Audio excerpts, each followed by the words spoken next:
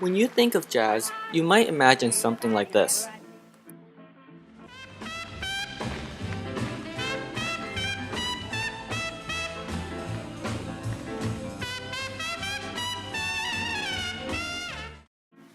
However, jazz could only grow and become what it is today because of the culture and opportunities found in New York City.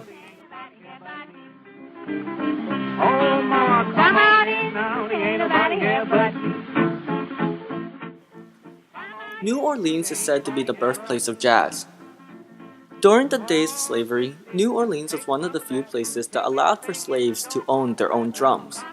Although the music they created in the 19th century is by far different from what we're used to, it is the foundation of the various forms of music we know and love today, including jazz. It is unclear, however, when jazz began. One arguable start is in 1917, when the original Dixieland Jazz Band recorded its first jazz record, Livery Stable Blues.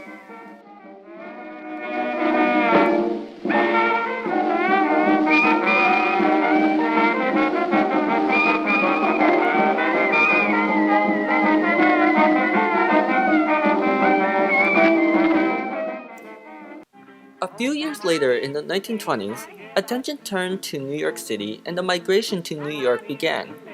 Jazz players from New Orleans and Chicago moved to New York, carrying their talent to this new location for the opportunities available for their work.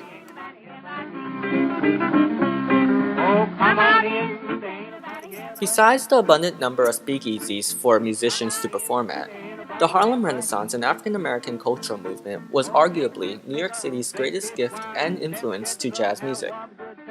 It was during this time that new styles of music developed, stride being one of them.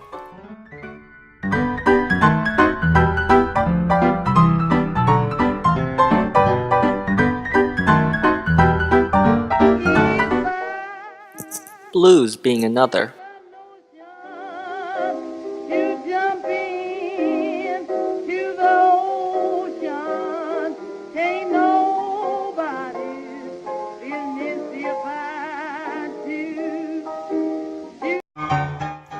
We also see ragtime.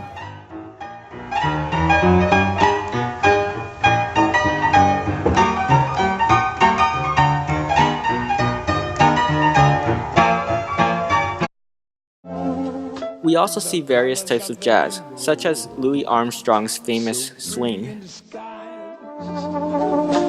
Also on the faces of people going by, I see friends shaking hands, saying, how do you do?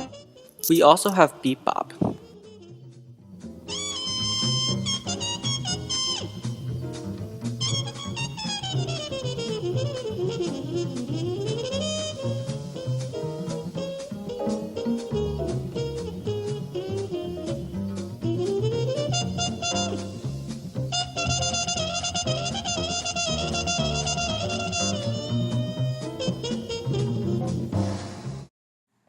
Jazz is the result of the blending of these and so many other styles of music that could be found in New York City.